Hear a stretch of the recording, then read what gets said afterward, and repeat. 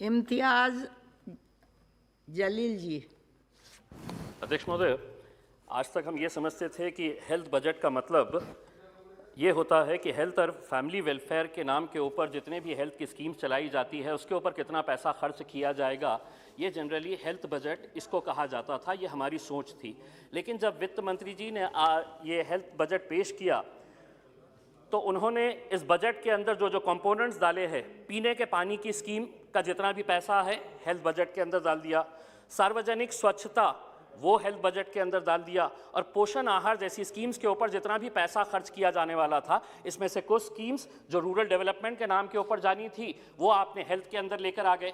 और जब ऐलान किया कि हम 137% इंक्रीज किए हैं बजट के अंदर हेल्थ के लिए, तो सारे सदन ने तालियां बजाकर इसका स्वागत किया। लेकिन हमें भी यकीन नहीं हुआ, लेकिन जब हमने जाकर इन आंकड़ों को अच्छे तरीके से पढ़ा तो हमें समझ में आया ये सिर्फ एक खेल था।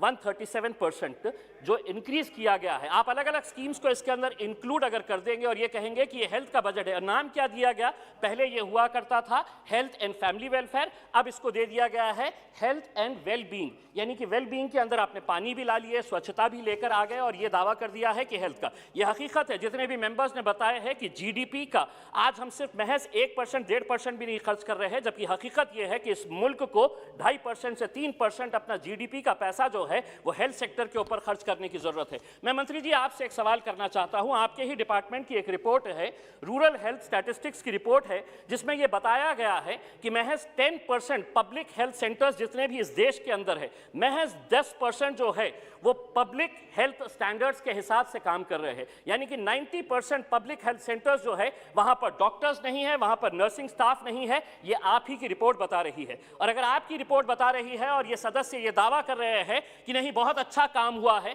तो फिर ये रिपोर्ट गलत है या आप जो दावा कर रहे हैं वो गलत है। दोनों में से इसका खुलासा होना चाहिए। आपने कहा कि 35,000 करोड़ रुपए आप हेल्थ बजट के नाम के ऊपर 30 करोड़ लोगों को आप वैक्सीनेशन करेंगे, लेकिन जिस तेजी से ये रफ्तार से जिस तरीके से ये जा रहा है, एक हेल्थ जितने भी एक्सपर्ट्स हैं उनका एक अनुमान है कि एक साल के अंदर 30 करोड़ तो बहुत दूर की बात है, महज 10 करोड़ लोगों को ये वैक्सीनेशन पहुंच सकता है। यानी कि 35,000 करोड़ उसके लिए रखे हैं।